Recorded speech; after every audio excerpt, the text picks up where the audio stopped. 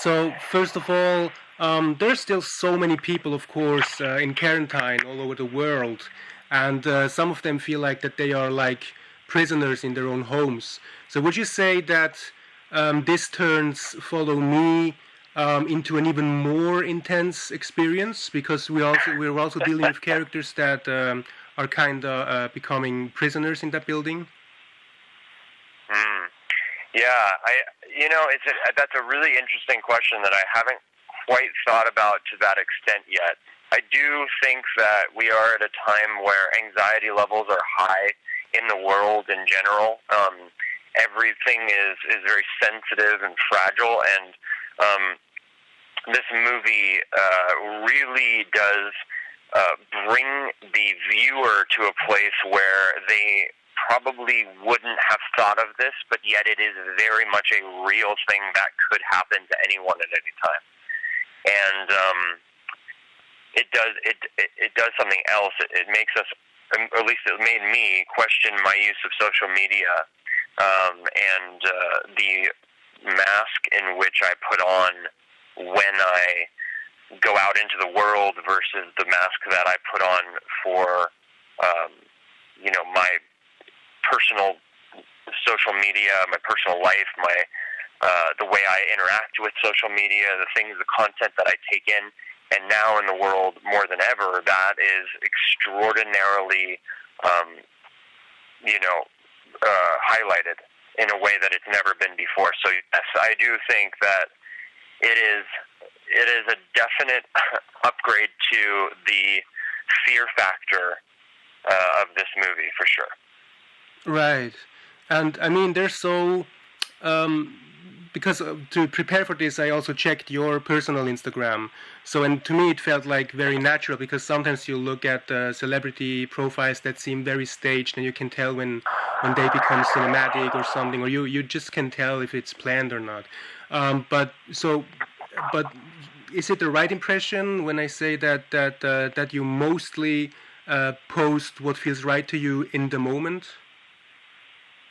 Yeah, and I've always kind of wanted to maintain that in my work because I'm also as far as being an actor, I have all these other passions as well with photography, and so to be able to share that is natural for me, and I think it also allows for whatever audience comes across my content that they are, in some way soothed by the content that I'm sharing and not. I don't like to post abrasive stuff. You know what I mean? Because Right. So that's that. And so would you say that you prefer to experience an adventure rather than filming the entire thing? Yeah, recently I've felt like that's been more appropriate, and especially in the time of social media, it feels like if you don't film it, it doesn't happen. But I've been noticing more and more that I've been digitally detoxing. I've been turning my phone completely off and going and watching a movie because, or like what I've noticed is if I have my phone with me, I'll check my phone throughout watching a movie, even on Netflix or wherever, and I'm not really present, and that goes for being outdoors or going and doing something, or even being with family and friends. I'm always constantly checking and looking, so giving myself that distance from it has helped a lot. But I've been trying to do that more, if that answers the question. I've been trying to not photograph and not videotape more and more so that I can be more present in my everyday life. Yeah. And what would you say how important it is as an actor to have social media? Because there are many actors that say they did not really want to have it, but they had to get it to promote a show or a movie or something. So how important has it become as an actor to have social media in your resume? Yeah, so that's a really, really complicated answer. For me personally, as an actor, I like to use my social media for two reasons. One, to absolutely promote not only work that I'm involved in through my acting, but also in a philanthropic way to promote change or bring awareness to certain things that might not have a stage or an environment in which it's seen. Mm-hmm. And then another thing, another reason is to share my passions of photography and, something that I find beautiful or beatific to be hoisted up in a way that, people can enjoy it along with me. I can share that with other people and maybe inspire. And I use social media for that as well, that I'm finding inspiration. I follow pages, a lot of pages for comedy, a lot of memes, a lot of funny stuff with friends, but my social media intake has really been filtered in a way now recently, especially after doing this movie.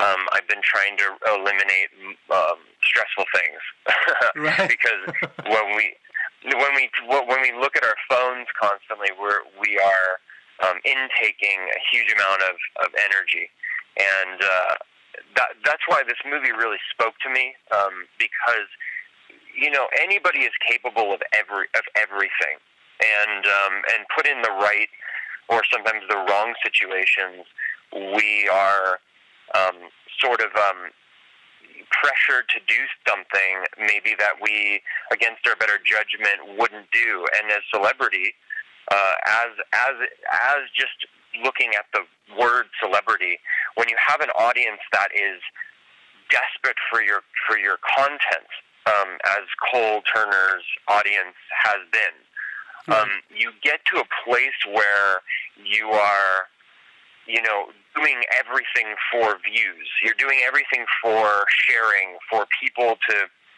give you that justification and satisfaction. And this movie was so horrific to me in the way that it's not a horror movie to me. Some people will see it and feel like it's a horror movie. Some people will see it and see it as a psychological thriller. I see it as a unique answer to this incubation of humanity in the egg of social media and what it's become. And we were given by this technology, we were given this ability to share anything at any time with anybody, and this is definitely the darker side of what can happen and what absolutely can happen to anyone. And it's pretty frightening. It'll leave people, I feel like people will watch this movie and leave with, definitely questioning their own use of social media, not only putting content out there, but also taking in content. Right. And let's talk about the escape room itself. This one is a pretty dark and creepy one.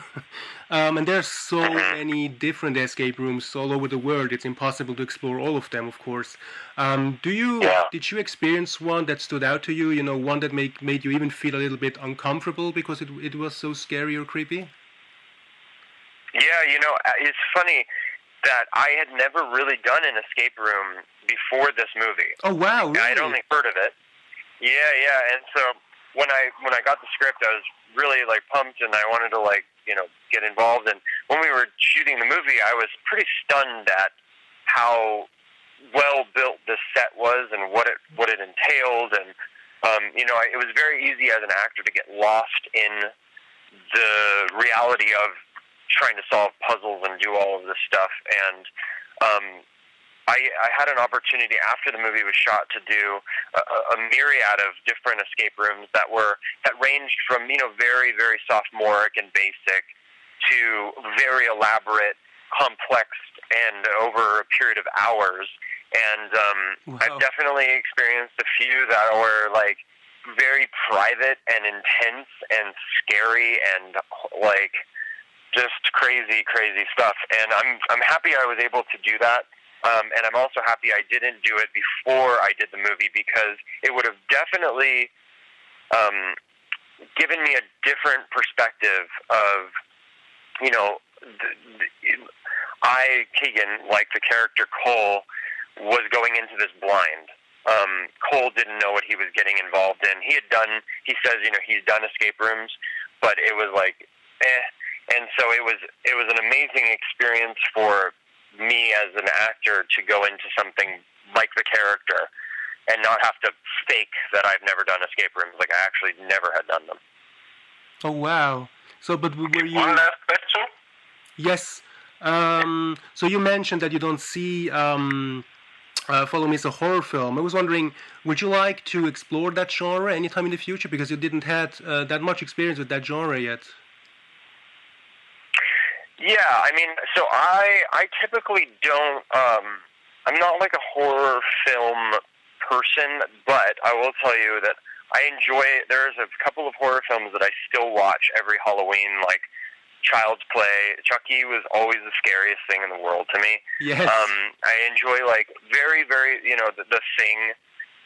The classic horror films to me were very artistic, and they hit nerves. Like, The Witch, the newest, like one of the newer films, The Witch, that movie scared the absolute shit out of me. Right. Excuse my language, but it was terrifying, and there was no monster. And there was, but it was kind of a phantasmagoric experience of what pure evil was. Exactly. And you never quite saw it, and it wound you up, right? It winds you up so that you're on the edge of your seat, and you leave with no relief.